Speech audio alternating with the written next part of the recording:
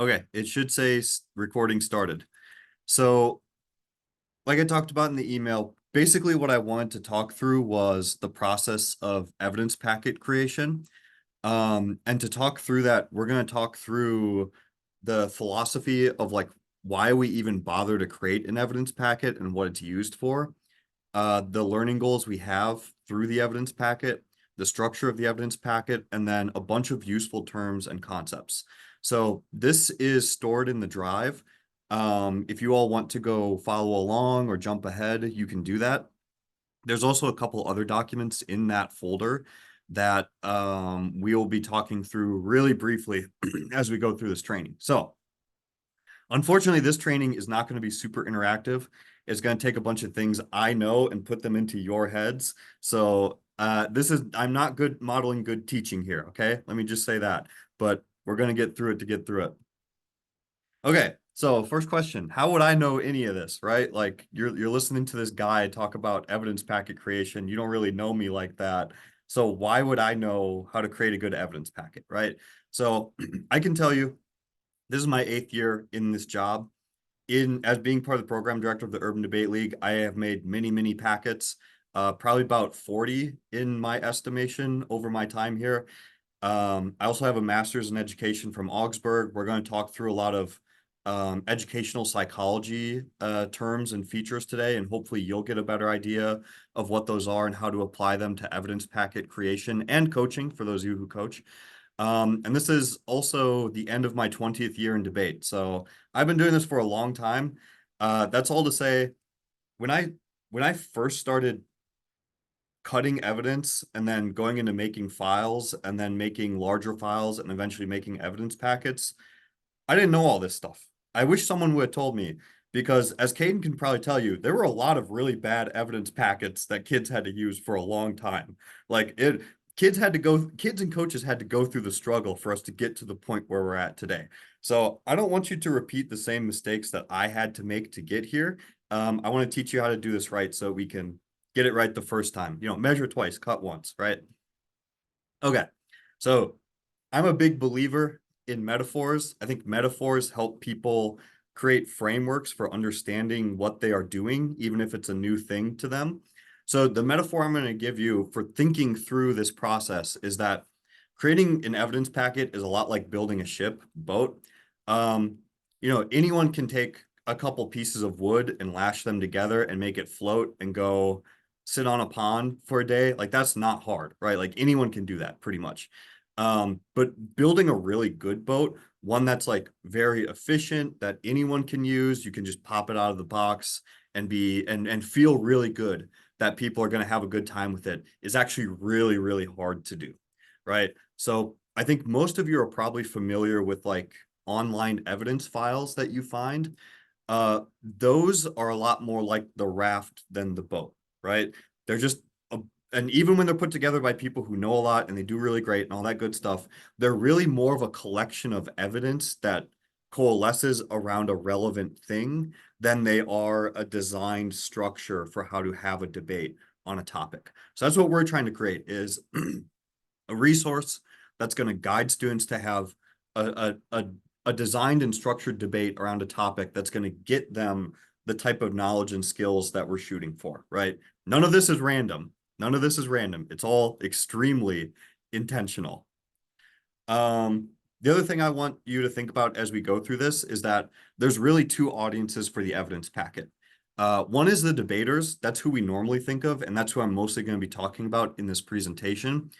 You all are debaters. I'm a debater, all that good stuff. We all know what it's like to use an evidence packet, right? You get the packet, you use it, you test it, you find the good parts, the bad parts. Eventually, you use it enough times where you know where the strongest parts are and or where the weakest parts are. And at that point, you've pretty much maxed out what you can get from the packet, right? But we've probably all had packets where there's parts that are really bad and you know if you use them, you're just going to lose that part of the debate, and parts that are like functionally unintelligible to any student using them, right? Where it's just like, my coach told me what this is supposed to say. I don't know if it actually says that or not, but I know this is how I'm supposed to use this in the debate, right? That's what we're trying to avoid in making these packets. Everything should be clear and accessible to the kids themselves. The second group is the coaches. So we don't generally tend to think of the coaches as an audience for the evidence packet, but they 100% are. The kids are going to use the evidence packet a lot and, really go through it and refine it and tweak it, whatever. But the coaches are going to get kind of a glossary summary of it, and it's their job to teach the kids what's in there. So given that they probably won't, a lot of teachers who are coaches of students using evidence packets won't have time to go through and nitpick every single piece of it. We need to make sure that what we're creating is pretty usable for someone who is just going to get like a 1,000-foot view of what we're trying to put together, right? And we'll talk about those things we just talked about, the audiences and how to build this. This is just the framing, what to think about as we go through this. So I'll give you the tools and the ideas for how to do that as we get through this. Okay, so that all being said, we should ask what makes a good evidence packet. So I'm going to give you 4 key ideas that we are going to use when we create our evidence packets, and we're going to measure our packets against these key ideas to see if we are actually creating good packets or if we're just creating a collection of arguments that says a thing, right? So those 4 main ideas are accessibility, balance, relevance, and rigor. And we'll go through those one by one and talk about what they are, how to measure them, and what tools we can use to make sure the packet meets those standards. So first is accessibility. Accessibility is super important. I don't know if it's the most important, but if it's not the most important, it's tied for most important. Accessibility is just the idea that students should be able to look at the packet, read through the packet, and have some general understanding of what is going on, right? If you give kids, like if the topic we're debating is should the US increase its amount of nuclear power plants, right?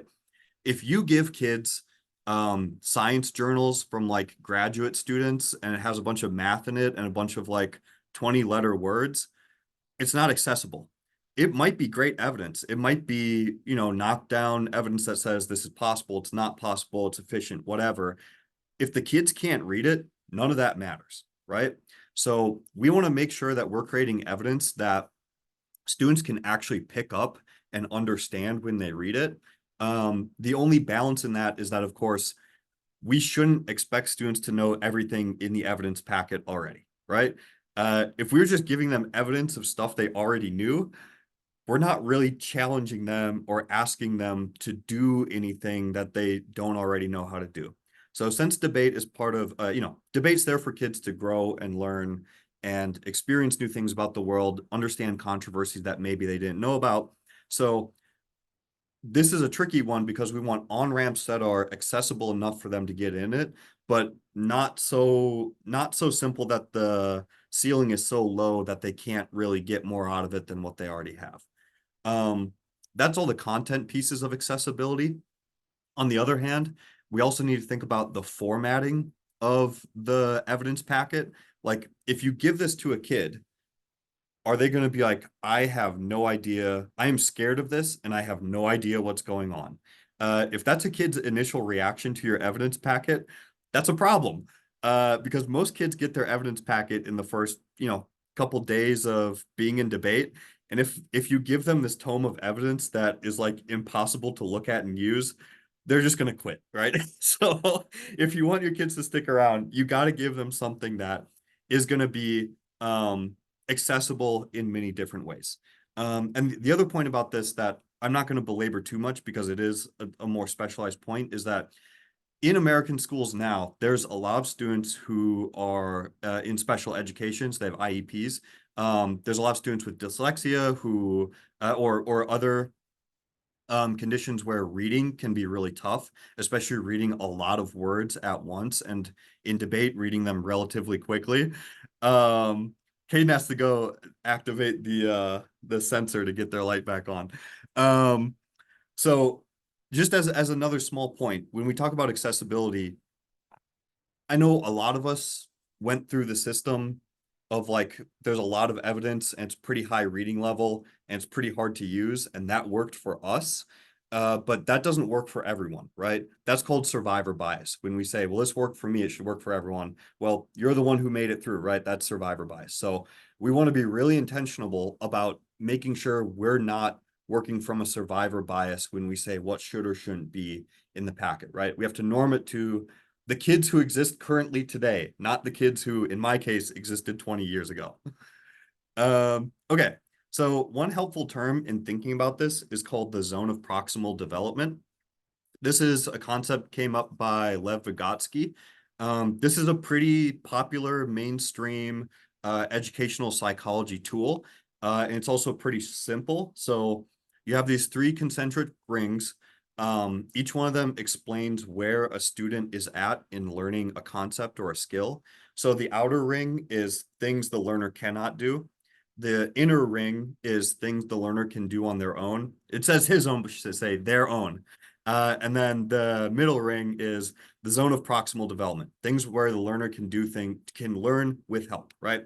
So to go back to the nuclear example, um, giving a kid, the latest data from the technical nuclear journals about what is or isn't possible in nuclear fission today, that's something a learner can't do on their own. Not plausibly, right? Like, yeah, there's probably this one kid who could blah, blah, blah, whatever, right? But the vast majority of kids can't do that on their own. They're not going to be able to parse what's in there and make sense of it, okay? Alternatively, if you're giving them something at like second grade reading level that's like, nuclear energy is a type of energy. It uses nuclear materials to create energy. It's like, yeah, that the kid can do that on their own. That's not hard reading, right? The concepts in there and the structure of it is not difficult. We're looking for the thing in the middle where it's something new or it's something deeper than what the kids will already know. And with the right curriculum or the right coaching, they can get up to the point of understanding it. So as we move through creating the evidence, we have to have a general sense of like where the kids are coming from and where we're trying to get them to and what's in the middle between those two things, right? If the evidence hits the middle between those two things, we have a good, accessible, solid evidence packet. So here are some different measurements of accessibility that we're going to use as we create our evidence packet. One is reading level. Reading level is the most important one. If something is at a super high reading level, it's going to be really hard for kids to read. If it's at a super low reading level, it's probably not going to hit them in a way that's going to challenge them to learn more, right? So reading level is basically a measurement that gets spit out based on a composite of other oh, we lost David, but I'm sure he'll be back soon. So reading level. Yes. So good question from David in the chat. He asks, how do you know where the students stand knowledge-wise? We'll get to that, and also I'll answer it when he comes back.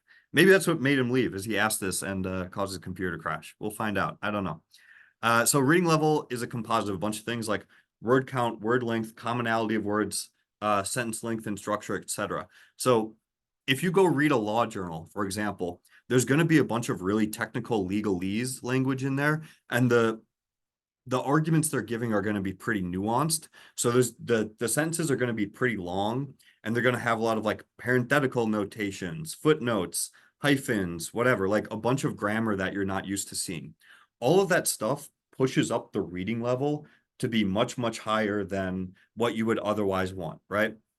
Your typical ninth grader, who is the audience for most of our evidence packets, needs the best reading level for them is going to be something that maybe has one or two complex words in a paragraph, probably has 5 sentences in a paragraph, and each sentence is probably about 10 to 20 words long, and each word is probably 4 to 5 characters on average, right? If you have something like that for your kids, they're going to be able to work through that evidence pretty quickly and understand it pretty well. The second measurement of accessibility we're going to talk about, we're going to use is word and argument count. So the more words or arguments that you have, the higher the cognitive load is for students to understand something. You can imagine if I give you an evidence packet that's 20 pages long, you could probably figure it out in a day and understand that, like what the correct moves are, what the strengths and weaknesses are. If I give you an evidence packet that's 200 pages long, it's going to take you a lot longer. It's probably going to take you the whole season. The reason for that is not just the raw amount of words and arguments, but those arguments have interactions with each other, right? So if you only have 5 pieces of evidence, there's only so many interactions those pieces of evidence can have with each other. But if you have 500 pieces of evidence, there's pretty much an infinite amount of interactions you can have between those 500 pieces of evidence. So thinking from that standpoint, even if the arguments or the evidence itself seems simple, once you start getting into like, well, how does card 362 interact with card 425?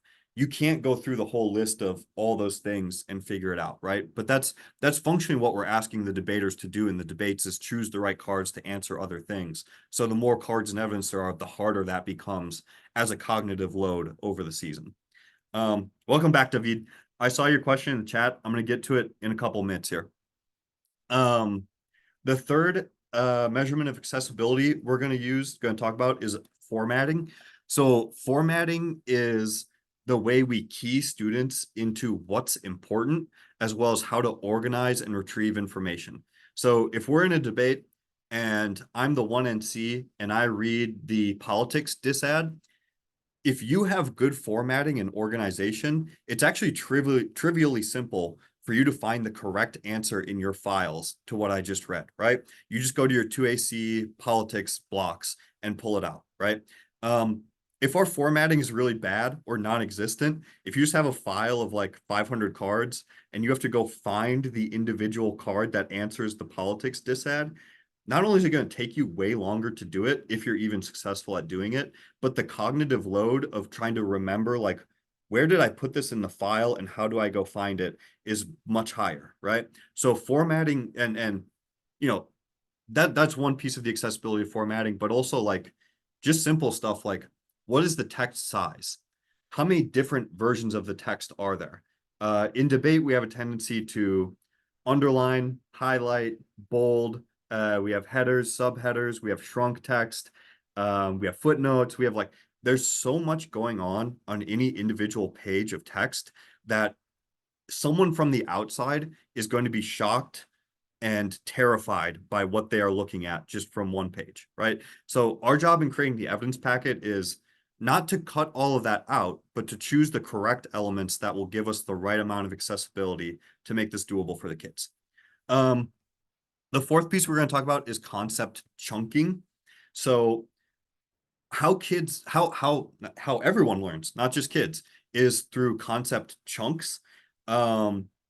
People, given our evolutionary history, we tend to chunk things together that work together, right? So when I say when I say like Europe, you probably think like, okay,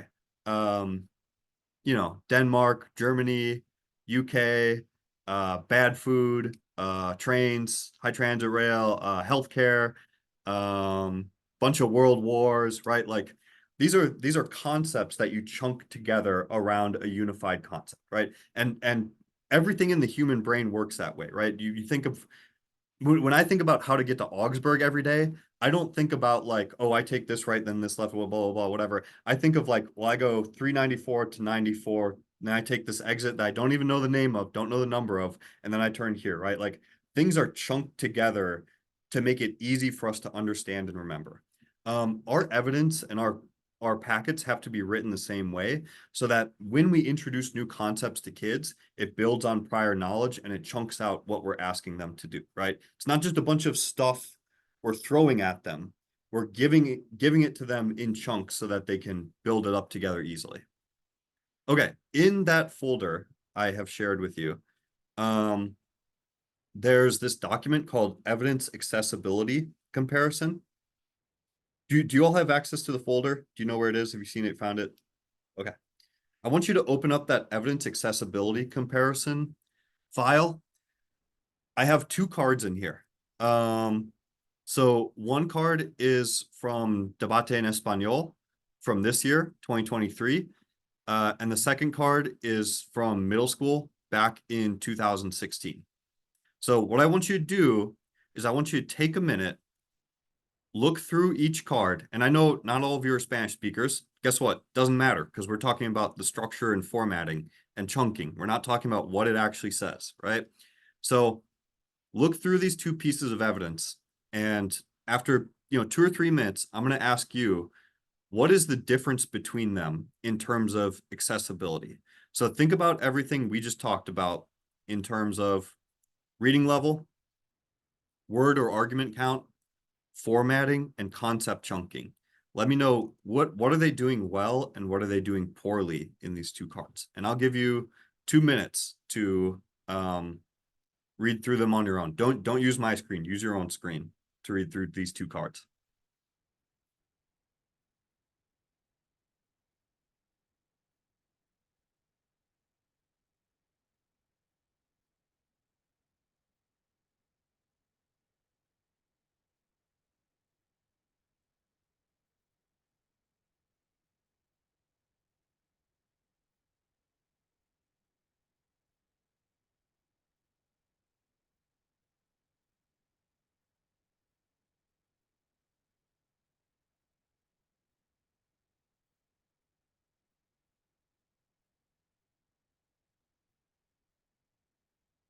've got a timer running on my screen if you want to make reference. –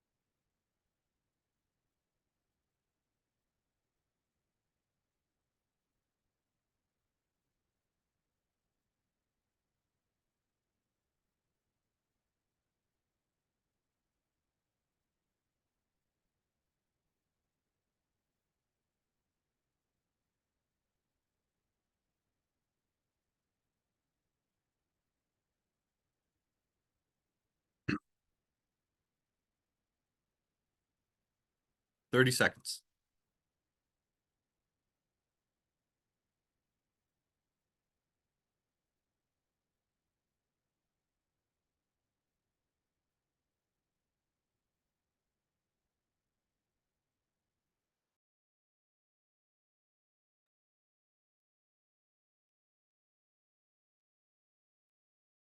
Okay, time's up.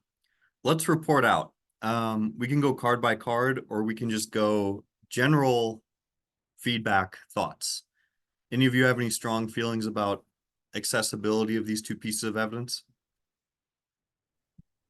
I mean, I think that the like more recent one from 2023 like definitely has a few things that make it more accessible. I mean, firstly, like there's no shrunk text, so everything's kind of like at the same size font.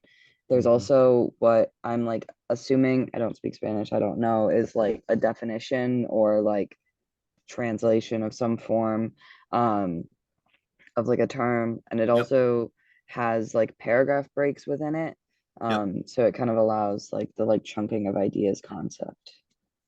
yep. Yeah, this part at the bottom where it says LPBIB is it's like a footnote explaining what GDP is in Spanish. So that's something we wouldn't expect a kid to know necessarily, and it gives a definition right under the text of what it is. Perfect. Other thoughts? What else is good or bad on these pieces of evidence? I'm throwing here some of my marketing slash advertising knowledge for graphic design. And I think going back to that comment that you said that we don't want huge packages, to be made for students because it's going to scare them away. I think it's also true when it comes to one single page.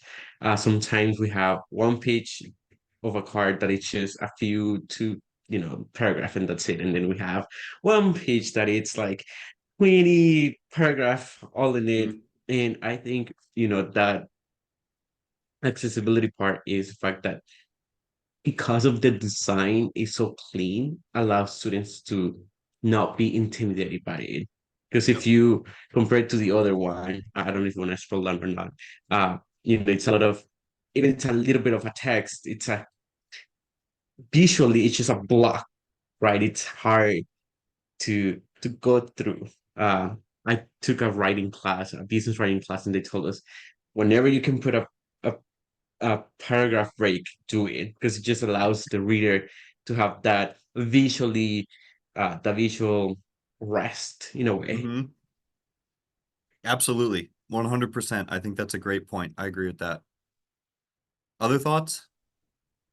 Yeah, I would just say like similar to everyone else. For me personally, like what really stood out to me is like it's very simple, but even like the underlining within the paragraphs, at least with the first one, like you can tell that it's done more intentional, like the bolding of the words, like all that stuff may seem like very like trivial, but like it really does play like a large role into like what actually is important within like the claim and within the argument. So that's like the biggest thing that I took away from it. Also, like the footnote at the end was like helpful Hmm. as well. I agree. And that's a lot of this is going to feel like what you just said, Sophie, where it's like from the outside, maybe it seems trivial. Bolding or not bolding this thing? Do you use this text or that text, this format, that format? Do you use page numbers or some other way? It feels trivial. It's not trivial. Like when kids are using this, they're going to spend tens, maybe hundreds of hours on it. Every little barrier that we get out of the way across all those amount of kids spending all that amount of time on it, it's worth it. It's totally worth it. Especially if it helps us retain kids and help them do this more, right? So 100%, I agree. Um, Anything else on these that you all noticed? I don't know like what the kind of like reading level in terms of like individual word accessibility is in the like 2023 card, but the 2016 card, I remember debating on that card and not knowing what any of those words meant ever. Um, so yeah. Yeah, I'm about to show this tool to you, but let's just punch it in and see what happens. This is the reading level accessibility calculator. Let's take that evidence from 2016 and just punch it in and see what happens. Yeah. So the score it receives on the aggregated index is college graduate level, meaning kids who are 23 or older, older than you all would be reading this. Um, on pretty much every different way of measuring it, it comes out to collegiate reading level, right? So what if any specific problems exist in this card, the text of this card that you see? I think there's just like a lot of like words that are kind of specific to like this concept. Um, like like unilateral as like kind of a thing, and like that concept is kind of specific to like general international relations, at least in the way that it's being used here. Mm-hmm. I also just think that like just the pure vocab level is pretty high, and the sentences are long and windy. Yep. There's two other things in here that I think are really bad. Any guesses about what they are? Are Well, those two also part of the a language or more of formatting? The ones that Um, you are thinking of. just language at this point. What do you think, Sophie? What were you gonna say? for me, what stands out is like the use of hegemony, um, the underlining of uniqueness, like what does that mean in this circumstance? The use of the acronyms such as SCS, like things that like if you didn't know anything about like international like stuff, then you probably wouldn't be able to understand any of this at all. Just have like based off of that. Yeah, it's totally unreasonable for a kid to know what SCS stands for. In this case, it is the topic that they're debating about, so they would probably know that means South China Sea. But even then, I mean, we're thinking about sixth graders, so they may not make that intuitive leap, right? And yeah, to go back to another point Sophie made is this part is underlined up here, right? You'll notice in the Debate en Español packet, it's not underlined. In the Debate en Español packet, the tag and the citation of the author is underlined. In the 2016 evidence, the tag and the citation is not underlined. Why do you think that is? What's the choice that's being made here?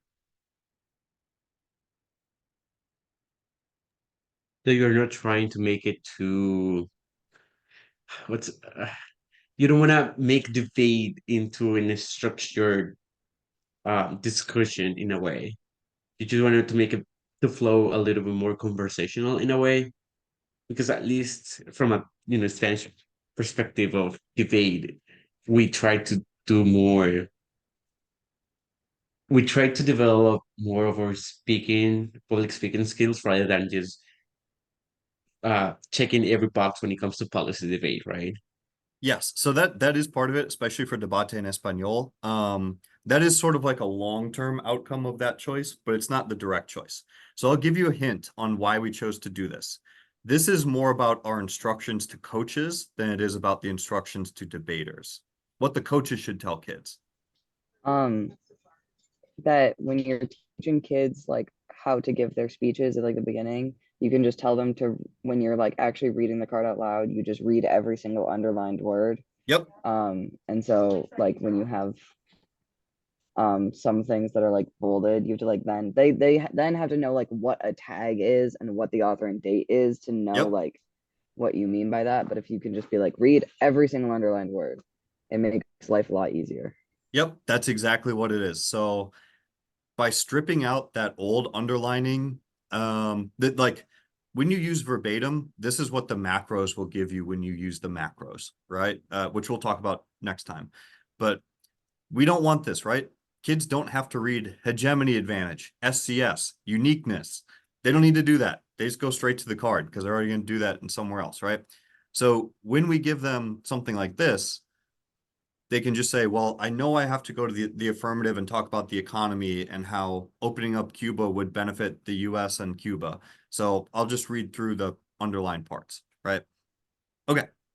One other thing we haven't mentioned in here is about the numbering. Both the page numbers and other numbers. Well, there's two things. Page numbers and other numbers, what we're going to start with. So what's the difference here between these two? There's both page numbering and card numbering on the like evident on the more recent one, like the bracket two probably indicates that this is like the second card in the packet. Yep. And the like page count is at the top rather than at the bottom of it.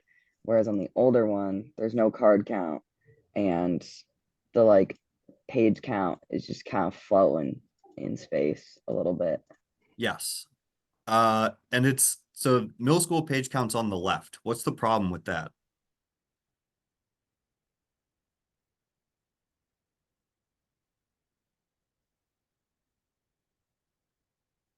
Because if you have, Intuitively, sorry, go ahead. oh, thank you. Intuitively, like it would be on the right.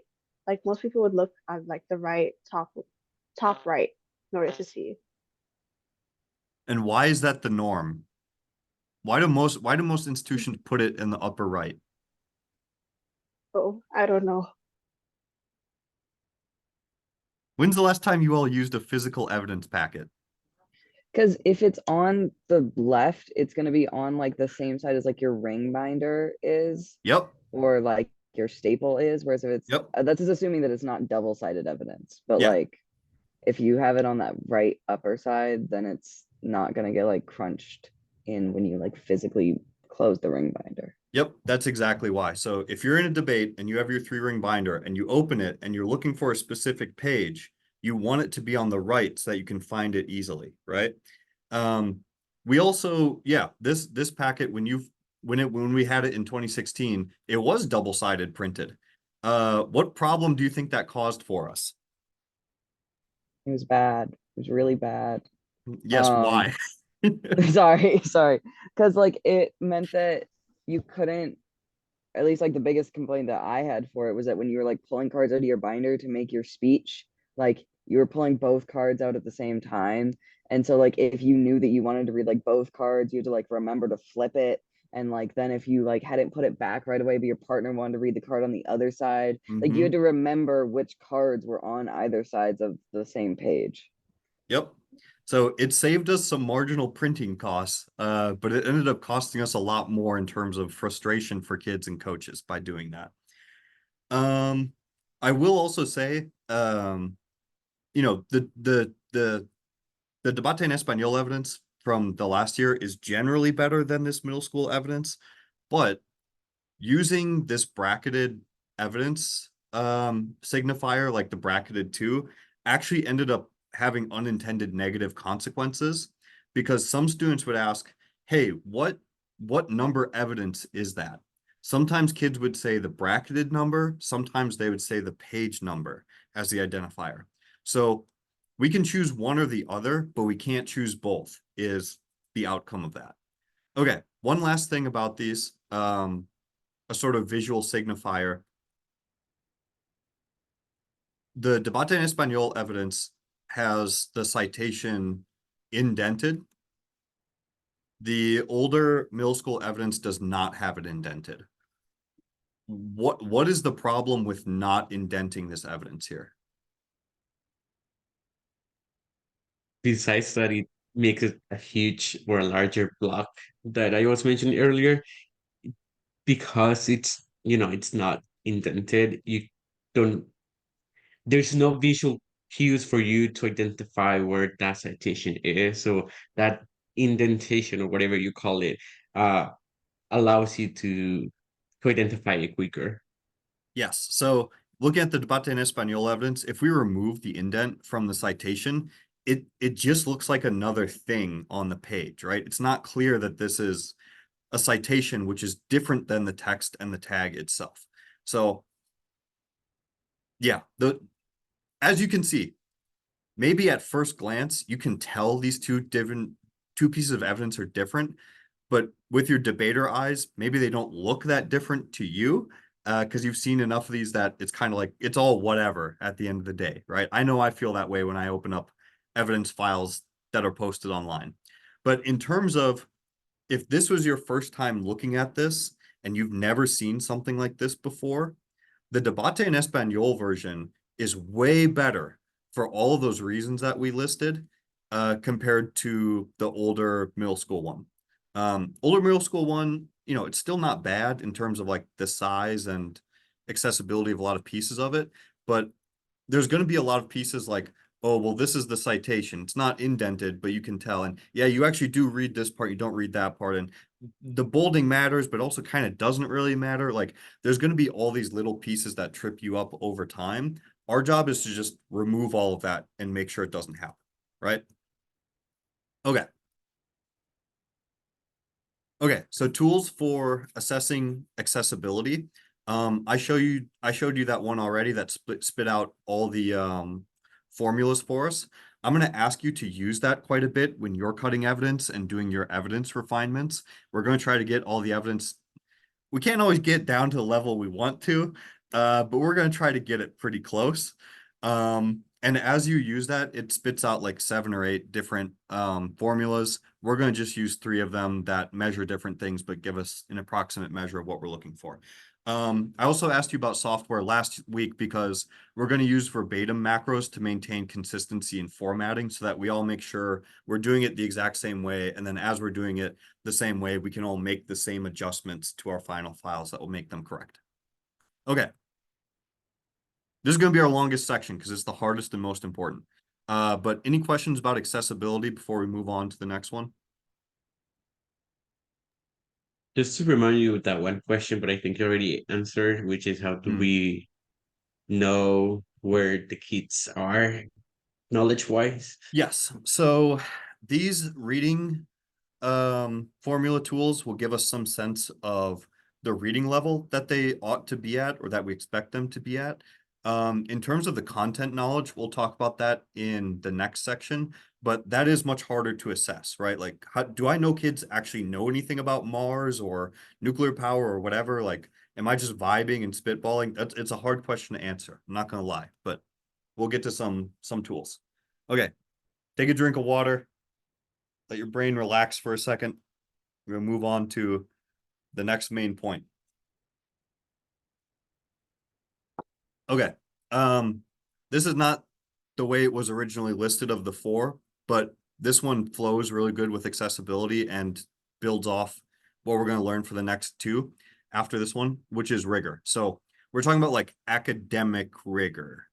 So rigor has to do with, is the stuff I'm putting in the evidence packet actually relevant to the controversy? Is it teaching them ideas that are going to help them as they get to and through college and out into the real world? Or am I teaching them like crank conspiracy stuff that's going to make them seem like yahoos when they get outside the debate space, right? So rigor is really important because a lot of the most rigorous and highest quality materials, like from law journals, technical journals, whatever, is not going to be very accessible. So we're going to have a tension between these two things that we have to resolve in making the evidence packet. But at a general level, rigor is basically making sure that we're getting evidence from good sources, making sure the evidence has all the pieces that we would expect it to have to make a complete argument, and making sure that it's in the hands of students, it's going to help them create high quality, relevant arguments. Okay, so 4 measurements of rigor that we can use and that we will use as we create the evidence You packets. froze. Sorry, what's that, David? I think you lagged for a second. Oh, okay. I'm back though, right? Yeah. The last thing we heard was making sure that we are using good sources and that we have every element of a good argument or every element to make a good argument. Yeah, so basically, we're going to put this into students' hands and ask them to use those materials to create their arguments. If we're giving them bad materials, they're going to make bad arguments, right? So we need to make sure we're giving them high quality, accessible materials so that they can actually make good arguments. So the 4 measurements of rigor that we're going to use in doing that, one is reading level. Talked about reading level already. If it's at reading level, we can help ensure that it's rigorous and that the students' arguments will be rigorous. Second is argument completeness. So when we talk about arguments in debate, we expect all the evidence and the arguments that kids make to have a claim, data, and warrant. And I'm not going to go into that right now because the next slide is about that. But just remember, every argument should have claim, data, warrant. Third is the source quality. This is kind of what most of our coaches and most lay people will understand as rigor, unfortunately. They'll be like, hey, what source is it from? Is it from someone who seems like they know? Oh, that must be a good argument then. Is it from like some crank Yahoo source? Well, it must be a bad argument then. That's not necessarily true always, but it is a good rule of thumb that if we want to give kids good arguments, we should make sure they're from good sources, meaning professional, vetted, peer-reviewed, or at least sources that have a high degree of legitimacy. And then finally, we want to think about the type of data or warrant used. So not all data and warrants are equal. Generally speaking, in most cases, quantitative data is better than qualitative data. So if we're able to give kids some numbers to help support their arguments and make those numbers clash with each other on both sides for good reasons, that's a lot better than just saying, hey, my expert says this, your expert says that. As kids debate these topics, they're going to have to get into the evidence and make their own explanations for why their arguments are true. So the more high quality material we give them to move onto that argument, the better it is. If it just comes down to, well, my expert says this, yours says that, who knows? Like that's not actually a very good debate, obviously. Okay, so claim, data, warrant. Just quick question. Of you three, how many of you are familiar with these terms? Claim, data, warrant. Okay, that's fine. I think most people outside debate are not going to be familiar with these terms. A lot of people inside debate are not familiar with them either. kids in our league do eventually learn these terms, but they don't learn them right off the bat. So this is sort of the special sauce that we make sure is in everything we cook, but the kids might not know it's in there right off, and teachers might not know it's in there right off the bat. So the three different pieces are the claim, the data, and the warrant. Claim is just the main opinion that you are arguing. US should have nuclear power, Russia should go to the moon, China should start a war with Australia, whatever. Whatever the claim is, that's the big thing we're talking about here, right? And under one claim, you can have smaller claims. So you could say something like, the US should invest 15 billion a year to colonize Mars. And it'd be a good idea because going to Mars would be a good thing for America. That's claim one. And also trying to get to Mars will be good for our economy. That's claim two, right? So you can have claims underneath claims. Data is the evidence or arguments, examples that support why your claim is true. So this could be things like quotes, statistics, studies, surveys, expert opinions, all that good stuff that just says like, hey, my claim is not, it's not just something out in the wild. It's this thing that is like vetted and is true, right? These are the truth points. And then the warrant explanation is the hard part for most people. The warrant or explanation explains why the data supports the claim. So here's the example we have to help show this. So this one says schools should only use organic food for lunch. This is good for two reasons. So the big claim is actually schools should use organic food for lunch. And then we have two claims that go along with it. So first, it would be healthier for students. That's a claim, right? Organic lunch would be healthier for students. We don't have any data or evidence to support that yet, so it's just a claim. So the data we have here to support that is, according to the US Health Department, frozen food is less nutritious and contains more chemicals than non-frozen organic food. So we're citing a source, right? US Health Department, that's some data. Frozen food is less nutritious. That's a piece of data. And has more chemicals. Yeah, it's less nutritious. That's a piece of data. And it has more chemicals. That's another piece of data, right? So there's one sentence, but there's basically three pieces of data underneath it. Okay, we have not actually made an argument yet. We have pieces, we have the claim and the data, but there's no explanation of why that data supports the claim. So in this case, the warrant could be something like, nutrition is very important for students' bodies and minds, right? So if organic is more nutritious and it's healthier for students, then that connects those two things together. And also, more chemicals in food is bad because we don't always know what effect those chemicals will have in the long run. So both of those are reasons why the data supports the claim. Okay, we can do more on this later. Yeah, David, it's similar to claim, evidence, and reasoning. Topic, line, evidence, and why we should care. Yeah, those are all, they're pretty much the same thing, right? The reason we use the terms claim, data, and warrant is, I think in the Toolman model, maybe they say evidence. I'm not sure. But the reason we don't call it claim, evidence, warrant is because we already use the term evidence to refer to something else. So data helps us say the exact same thing without creating conceptual confusion among the kids. You can imagine if we said, okay, kids, we just learned what claim, evidence, warrant is. Now use claim, evidence, warrant to look at your evidence to figure out whether the evidence meets the claim, evidence, warrant model. Like, oh boy, here we go, right?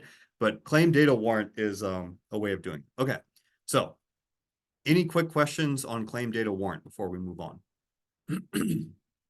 Okay. So tools for assessing rigor. It's not as good as accessibility. I regret to inform you, but as you do the research on your topic, you will become the expert that can assess the rigor of that material. So you'll know already if you choose some card that like is only a very small slice of the literature and you include it, you have to live with that sin. All right. You know that it's there and you know what you're doing to the evidence packet.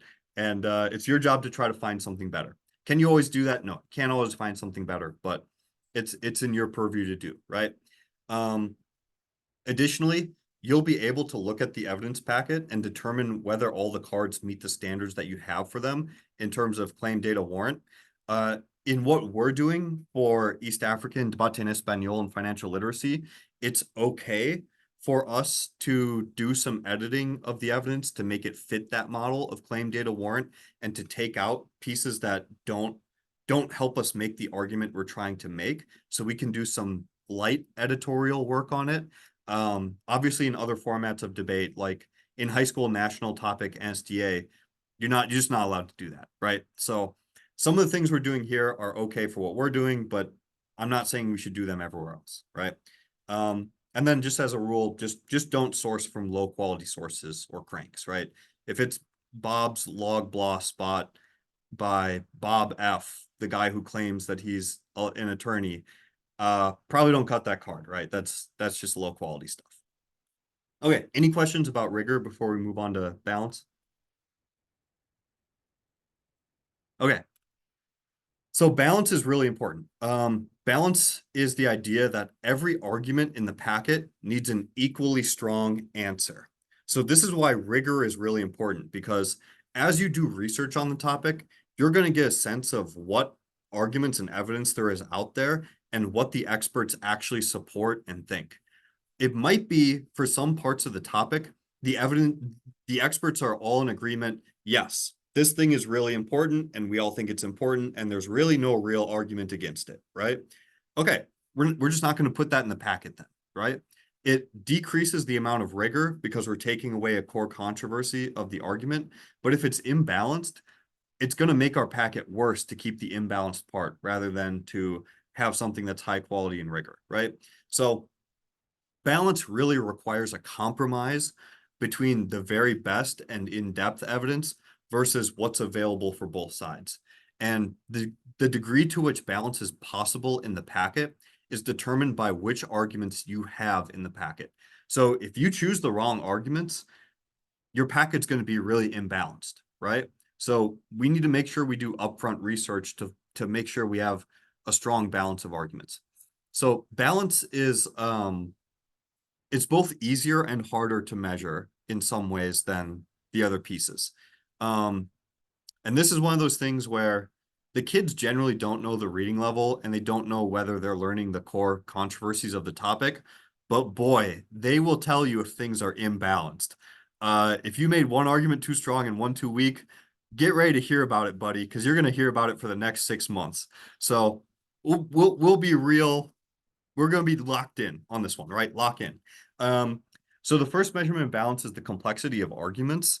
So if an argument appears balanced in the sense of strength, but one side is way more complex and one is not complex at all, the non-complex side is going to be way easier to use, which makes it much more likely to win in the debates, especially at the beginning, right? So kids will get this false sense of like, well, the neg side is way easier because it's so straightforward and attacks so easily, whereas the affirmative is kind of harder to explain and articulate, and that makes it way worse, right? The second measurement of balance is the amount of evidence and the strength of the evidence. So obviously, whatever arguments we choose in the packet, we should try to make sure we have the same number of pieces of evidence on both sides, and that evidence is more or less the same size, right? So if we have 3 arguments about why nuclear power is good for the economy, we should have 3 arguments about why nuclear power is bad for the economy. They should be from similar types of sources with similar types of arguments, right? Sort of in addition to that is argument mirroring, our third measurement of balance. So whenever one side makes some claim, some argument, the other side should have a direct response to it. So we're not trying to balance the packet in the aggregate to say, well, the affirmative case advantages are really good, but the negative disad is really good. So on balance, they're kind of equal. Like, no. That's the kids are not going to figure that out until so late that it doesn't matter, right? So we want to make sure for everything the AF says, the neg gets a response, and everything the neg says, the AF gets a response. And then finally, a mix of offense and defense. So we want kids to have a lot of different tools they can use to try to win these debates. They could try to win with non-uniqueness. They could solvency turn. They could impact turn. They could say no solvency. They could say no impact. Giving them more tools helps them make more meaningful choices. And as they make those meaningful choices, they're going to get feedback from their partner, their judges, and the other team about whether those choices are working or not, right? So the more meaningful choices they get, the better they are going to learn all this stuff because they make they get different types of feedback that is helpful. So here's a really rough visual depiction of what most evidence packets we have put together look like, the structure of them. So on the left, you'll see is kind of the general affirmative. And then as you move right, it gets more and more down into detail. So for example, if you're the affirmative team, you might have two advantages available to you, or in Debate en Español and EA, two subtopics, right? Like we could say, normalizing relations with Cuba would increase economic development and also increase peace in North America, whatever, right? Under each of those major sub arguments, we have pieces of evidence. So usually we choose about 3 or 4 pieces of evidence under each of them. So, sorry, types of arguments underneath them. So if we're saying this is the affirmative, this is our advantage 1, economic growth. Our 3 pieces are uniqueness, solvency, and impact, right? So those are the 3 parts you need to have an actual advantage. And then under each of those argument pieces is some number of evidence. So usually 3 pieces of evidence. So these 3 pieces of evidence explain the uniqueness for this argument. And then in every piece of evidence, there's the data that actually supports that evidence. So I didn't bother to write out every single piece of this, right? But every argument piece has some number of evidence, and that evidence has some number of data. So when you're looking at this from like the broad perspective of the packet, there's actually a ton of little things you have to keep in line and make sure that they're coherent and consistent between each other. Like these 3 pieces of evidence could be more or less the same argument with pretty much similar data, but they have to be different in some meaningful way for kids to use them and get different feedback, right? My suggestion is, if you want a really good example of this, look in the 2024 middle school evidence packet. Just take a look at the rookie evidence on both sides, the 2 advantages in there. I think we've done a really good job this year in making basically a 1-to-1 argument and answer for all of them. So for example, the affirmative, they say we should colonize Mars. Advantage 1 is Mars colonization prevents extinction. The uniqueness in there is that, if we don't colonize Mars through the plan, it's not going to happen. And the 3 pieces of evidence, the first one is NASA is not going to colonize Mars. Second one is other countries are not going to colonize Mars. Third one is companies are not going to colonize Mars. And then each of them has different data points, right? So those are 3 pieces of evidence making more or less the same argument, supporting this argument piece and this advantage for the affirmative. So that's how it's going to look when we get done with our final project. And as you can imagine, there's a little editing and massaging that has to happen between all these to make it end up right. Okay, so what does the negative side look like to maintain balance? It just looks like a mirror, right?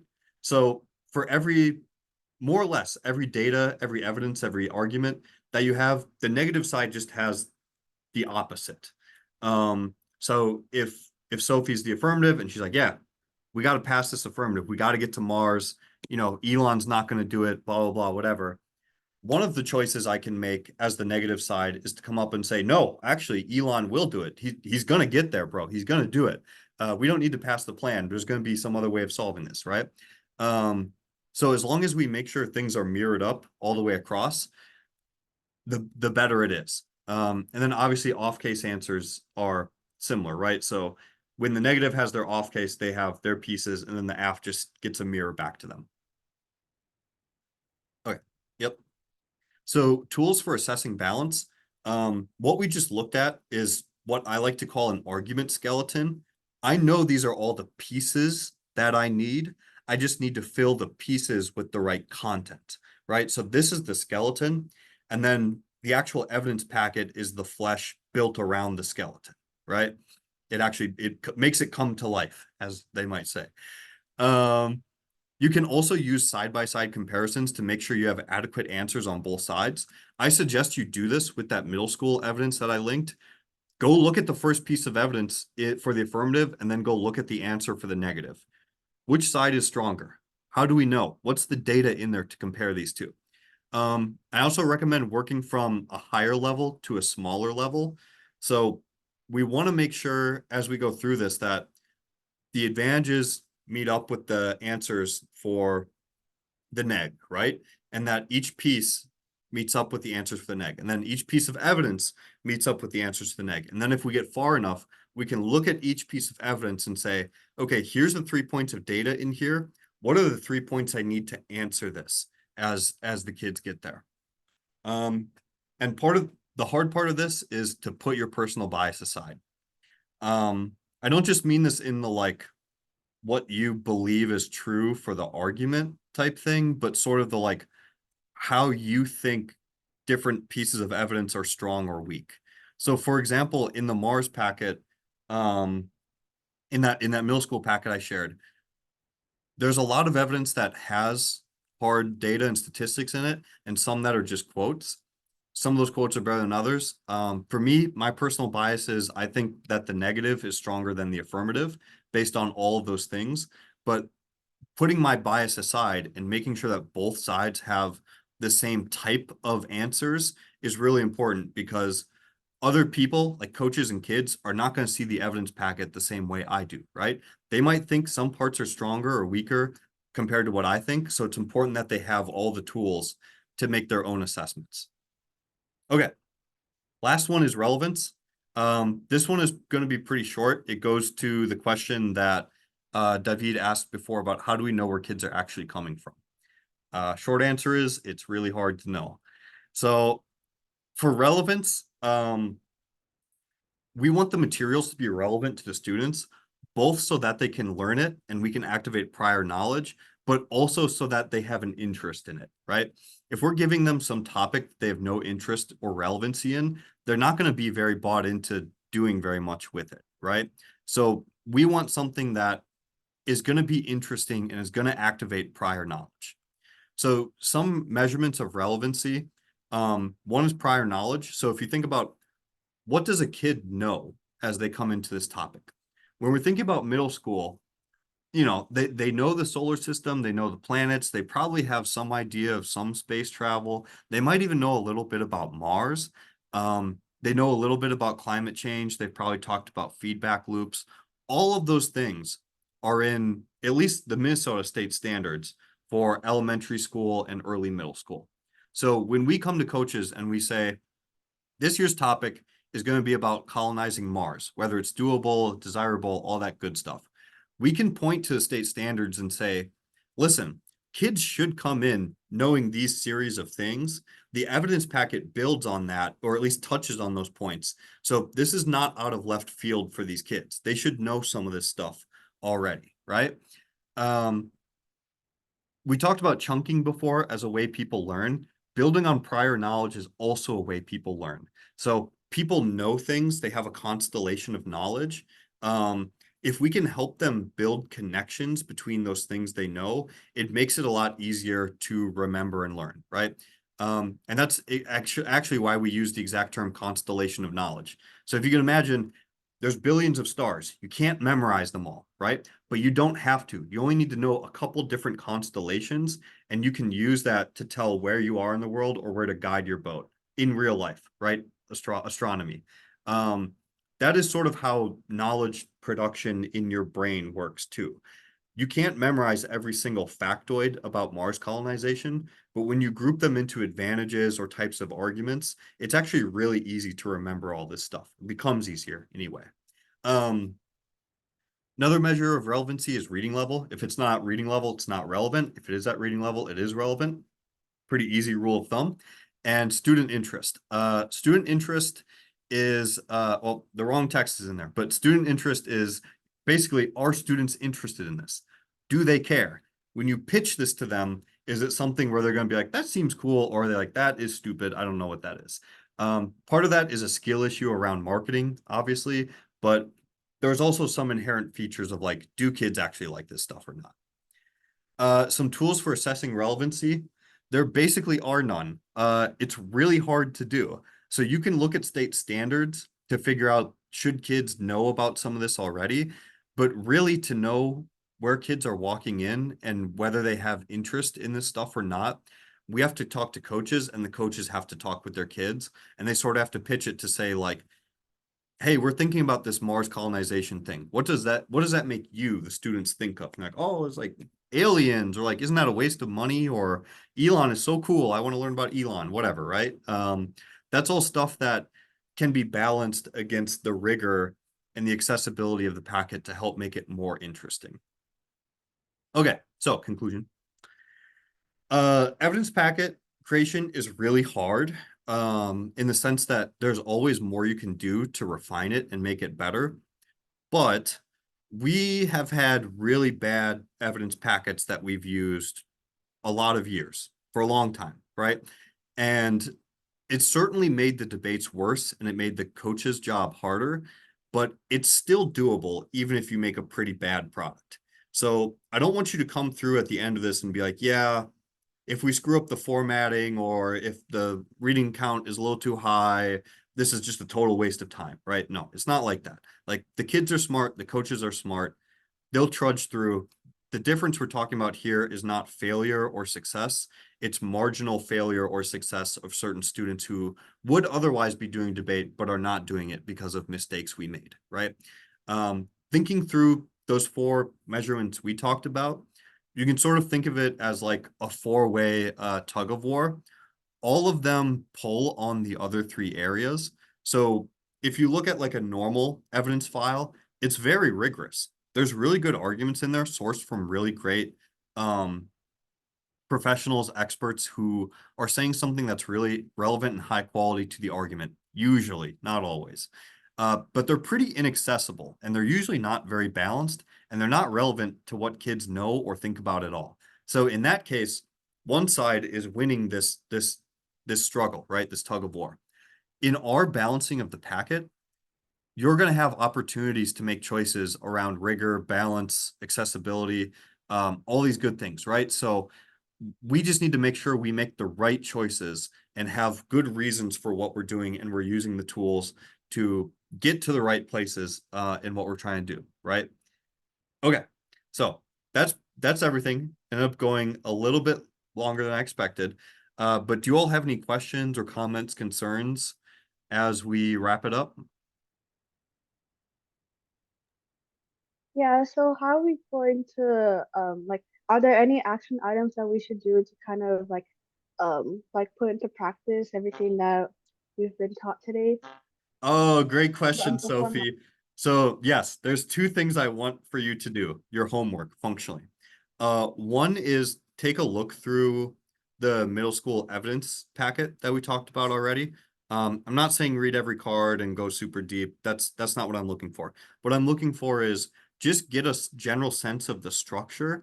Like, look at the structure of the evidence packet and then compare it to this model that we use to think about the larger and smaller parts. And try to compare a couple random pieces, like card 6 for the aff versus card 6 for the neck. The same, that we did about looking at the evidence from Debate en Español in middle school. Try doing that a little bit with this evidence packet. See if you find any areas that seem weird to you or inaccessible to you, or places where accessibility could be improved.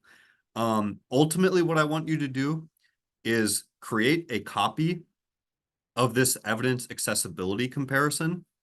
And I want you, on your copy, to go in and make adjustments to the evidence to make it more accessible. Both the Debate en Español and the middle school evidence. David, obviously, what I'm about to say applies more to you than the other 2 in here. But I also want you to go in and actually change the actual text until you can get this text with the same ideas, same arguments, roughly same data, down to a 10th grade reading level using the tool that I gave you before. So you can try by just changing specific words. You can change the grammar. You can totally rewrite it in your own words with the same arguments and ideas. Whatever you feel most comfortable doing, or whatever works for you.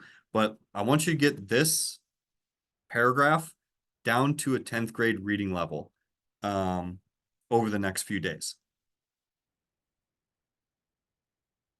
Okay. Okay, thank you. Any other questions, ideas, comments, concerns?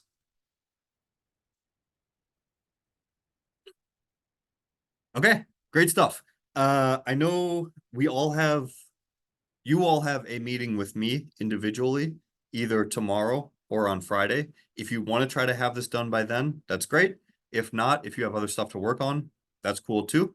Otherwise, I figure in the next meeting we have this week, individual meetings, we can talk about sort of what tools to use to start your actual evidence project. And then you can start doing the research once we get through those meetings, right? Okay, anything else before we head out? Sorry, let me stop recording quick.